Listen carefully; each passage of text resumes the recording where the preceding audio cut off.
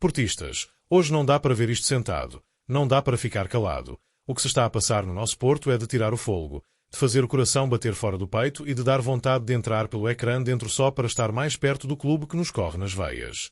5 notícias, 5 bombas, 5 murros no estômago e apertos no peito.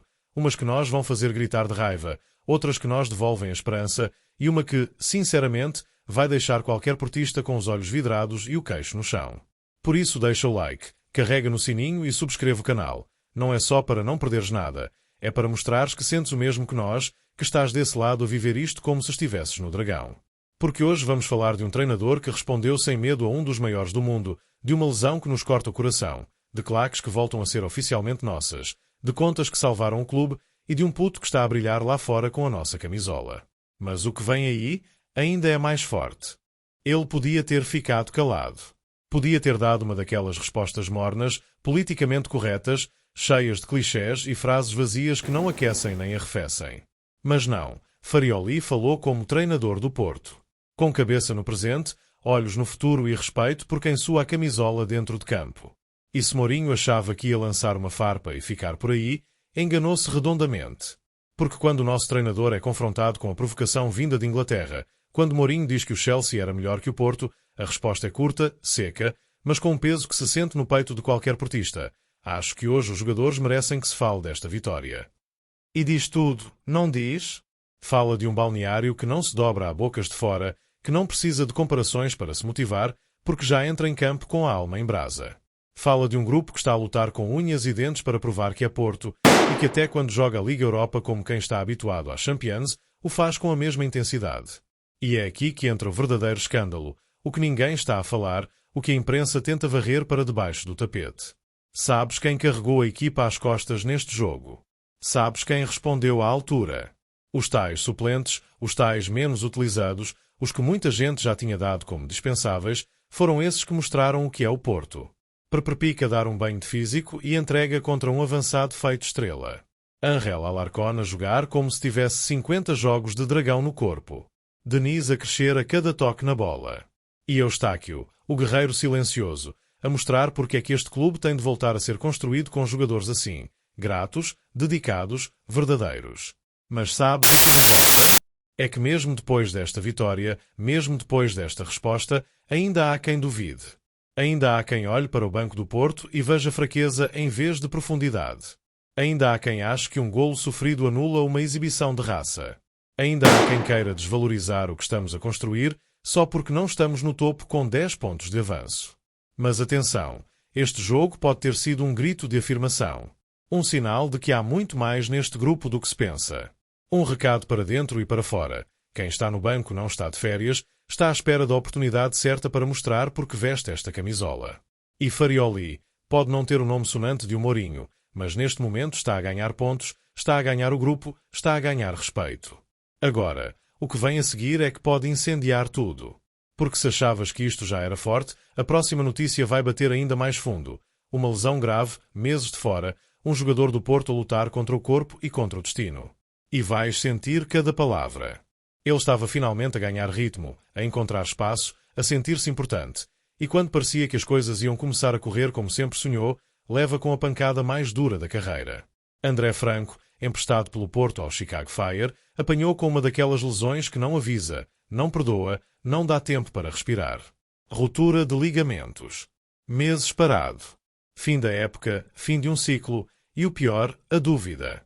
A maldita dúvida. E agora? Agora segue-se o vazio. O silêncio. As rotinas do balneário trocadas por muletas, consultas, fisioterapia, dores, noites mal dormidas e a cabeça a mil.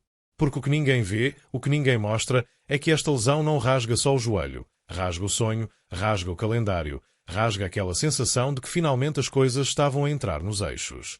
Isso custa a nós, que o vimos sair e pensámos logo não pode ser, não agora. Imagina o que dói a ele. Imagina o que é treinar todos os dias longe do Dragão, num país que não é o teu, a tentar agarrar uma nova oportunidade, e de repente tudo desaba. A mensagem dele nas redes é um murro no estômago. É triste? Sim. Frustrante? Muito, mesmo. É o fim do mundo? Nem perto disso. Mas por detrás dessas palavras, por mais força que tente passar, dá para sentir o nó na garganta, dá para perceber o quanto isto custa a engolir. Porque ele sabe que não vai ser fácil voltar. Sabe que vão haver dias em que vai duvidar de tudo. Sabe que há quem já o tenha riscado da lista. Mas nós, portistas, não esquecemos dos nossos. Não viramos as costas a quem caiu a lutar. André Franco pode estar longe, mas é dos nossos. E neste momento, o que ele precisa é de sentir isso. De saber que o Porto está com ele. Que quando voltar, vai ter a bancada do Dragão à espera. Que esta paragem não é o fim. É só o começo de um novo caminho. E que caminho esse pode ser? Porque Franco não é apenas mais um médio. É alguém que, quando entra em campo, joga com nervo, com vontade, com aquela atitude que define o ADN do Porto. Alguém que, mesmo sem ser titular de caras, nunca virou a cara à luta. E são esses que ficam. São esses que voltam mais fortes. Agora, enquanto ele se fecha no ginásio, nós abrimos o coração. Porque ver um dos nossos assim, caído, dói. Mas também nos une. Também nos lembra que o Porto é mais do que troféus. É resiliência. É levantar-se quando tudo nos puxa para baixo. É lutar com tudo mesmo quando parece que nada está a favor. E se ainda estavas a digerir esta, agarra-te bem, porque o que vem a seguir não é uma lesão, não é um jogador. É o símbolo. É a bancada. É a alma. E está de volta. E quando te disser quem voltou a ser oficialmente Porto, vais sentir o sangue ferver.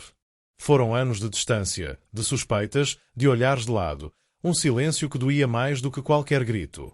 A claque que sempre esteve lá, nas vitórias, nas derrotas, nas noites geladas e nos jogos grandes, tinha deixado de ser reconhecida oficialmente pelo próprio clube. E quem é do Porto sabe, isso não era só um problema interno. Era um sintoma. Um reflexo de algo mais grave. Porque quando o Porto se começa a desligar dos seus próprios pulmões, alguma coisa está muito errada. E agora, finalmente, depois de muita espera, muito desencontro e muitas feridas por sarar, foi assinado o protocolo. Sim, está feito. O Porto voltou a reconhecer formalmente os Super Dragões e o Coletivo 95 como grupos organizados de adeptos. Mas atenção, não é só um papel com assinaturas. É um virar de página, ou devia ser. Porque se por fora parece um passo na direção certa, por dentro o ambiente continua instável. Há desconfiança, há feridas abertas, há gente que ainda olha para este acordo com desconfiança. Há quem diga que é estratégia, há quem diga que é fogo de vista. E no meio disso tudo está a alma do Dragão. E a verdade é esta: o Dragão sem a sua claque não é o mesmo estádio. O Porto sem os seus cânticos, sem os seus gritos, sem aquela avalanche de vozes na Superior Sul, é um Porto amputado. E ver esse vazio foi um dos sinais mais tristes dos últimos anos. O estádio parecia bonito, mas não parecia vivo. O símbolo estava lá, mas o sangue não circulava. Por isso sim, há que aplaudir o regresso oficial desta ligação. Mas não vamos fingir que está tudo resolvido. Ainda há muito por curar. Ainda há direção sem rumo, decisões que ninguém entende, caminhos que se cruzam sem se tocar. Porque reconhecer as claques é só uma parte, fazer com que se sintam parte novamente, isso sim, é o verdadeiro desafio. E sabes o que mete mais medo? É que, com toda esta desorientação, com o clube a tentar arrumar a casa internamente, os jogadores andam perdidos, sem saber para onde olhar, e os adeptos, esses, estão à beira de explodir. Um dia é silêncio na bancada. No outro é revolta nas redes. Há semanas em que se canta, outras em que se assobia. Isto não é Porto. Isto é uma casa sem liderança. Mas mesmo assim, mesmo com tudo isto a latejar por dentro, esta reconexão pode ser a centelha. Porque a claque não é só ruído. É bússola. É chama. É pressão. E com elas de volta, reconhecidas, autorizadas, assumidas como parte do todo, talvez, só talvez, o Porto volte a saber quem é. Mas não te enganes. Isto ainda não é a luz ao fundo do túnel. Isto é o grito antes do colapso. Porque se a bancada volta, mas o clube continua a navegar sem norte, o choque vai ser ainda maior. E falando em choque, prepara-te para o que vem agora. Porque do nada, literalmente do nada, surge uma notícia que ninguém esperava. E que pode ser o começo de algo grande. Chegamos à viragem. Depois da raiva, da dor e da confusão, agora é hora de sentir o coração a bater mais forte, não de medo, mas de orgulho. É aquele momento raro em que uma notícia não nos derruba, levanta-nos. Lembra-nos quem somos. Porquê que nunca desistimos? Vamos com 600 palavras exatas. Prepara-te para sentir esperança, emoção, orgulho. Começa aqui. Tu até podes não ter dado por isso. Podes ter passado os olhos pela notícia como se fosse só mais um número bonito, só mais uma frase solta de dirigente. Mas se és Porto, se sentes este clube com o coração e não com estatísticas, então vais entender o que isto significa. Lucro histórico. 39,2 milhões de euros. O melhor exercício financeiro de sempre da SAD do Porto. E não, isto não é um detalhe de contabilidade. Isto é sobrevivência. É resistência. É a prova de que, mesmo quando nos querem de joelhos, ainda há gente neste clube que sabe levantar a cabeça, apertar os punhos e encontrar uma saída onde parecia não haver nenhuma. E o mais incrível? Isto foi feito sem o jackpot da Champions. Sem a almofada dos oitavos de final. Sem o pote de ouro da UEFA. Foi feito com vendas cirúrgicas, com cortes de custos brutais e com uma gestão que, pela primeira vez em anos, parece ter um plano. Sabes o que é baixar os capitais próprios negativos de 113 milhões para 10? Sabes o que é renegociar dívidas, aumentar sócios, vender bilhetes como nunca e ainda assim manter a alma da equipa? Isto não é sorte. Isto é visão. E é aqui que começa a esperança. Porque pela primeira vez em muito tempo, não temos só um presidente com palavras bonitas. Temos uma direção a mostrar resultados. A prometer contas certas e a cumpri-las. A prometer reestruturação e a concretizá-la. E isso, num futebol cada vez mais entregue à banca, ao desespero e à corda no pescoço, é como respirar fundo depois de um afogamento. E atenção, isto não quer dizer que está tudo perfeito. Não quer dizer que vamos ganhar tudo. Não quer dizer que a desorientação acabou. Mas disto uma coisa essencial. O Porto não morreu. O Porto está a organizar-se. Está a preparar terreno. Está a criar espaço para voltar a investir, com inteligência, com critério, com capacidade real de competir. E quando Vilas Boas, de cara limpa, diz que este lucro pode permitir atacar o mercado em janeiro, isso não é um capricho. É uma mensagem. É dizer, estamos de volta. Com dinheiro, com contas feitas, com margem para agir. E mais, há obras no horizonte. O novo centro de alto rendimento já tem terrenos comprados. A fase de licenciamento está em andamento. Está tudo a mexer, não são promessas vazias. São passos concretos. E no meio de tudo isto, uma coisa que arrepia, 160 mil sócios. Mais do que nunca. Mais lugares anuais vendidos. Mais bilhetes. Mais camisolas. Mais fé. Porque isto é mais do que futebol. Isto é sentir. É viver. É ver o teu clube cair e mesmo assim gritar mais alto. É saber que há coisas que só um portista entende, como este orgulho de ver o impossível a acontecer com as nossas cores. Mas olha bem para mim, porque o que está prestes a acontecer, ninguém está preparado. O próximo nome, o próximo passo, o próximo fenómeno que está a arrebentar, vem com sangue novo. Vem com a alma do dragão. E está a marcar golos em nome do Porto. Ele ainda agora chegou e já está a meter respeito. Ainda mal sabiam o nome dele e já o viram a marcar em pleno Mundial Sub-20, com a camisola da Argentina, com a personalidade de quem não treme, com a alma de quem carrega o símbolo do Porto onde quer que vá. Tomás Pérez. Grava este nome. Porque este miúdo não é só mais um. Não é estatística. Não é aposta de futuro. É presente. É talento puro, com nervo de jogador feito, com cabeça fria e coração quente. Enquanto muitos por cá ainda duvidam, ainda discutem se é cedo, se tem espaço, se vale a pena, ele está lá fora a mostrar que o futuro do Porto pode estar já a jogar. Marcou o segundo golo da Argentina contra a Austrália num Mundial. Um Mundial. E não foi um golo qualquer. Foi daqueles com classe, com leitura de jogo, com confiança de quem sabe que pertence ali. E se o Benfica tem um puto a entrar na segunda parte, nós temos um a brilhar desde o início. E não é só pelo golo. É pela postura.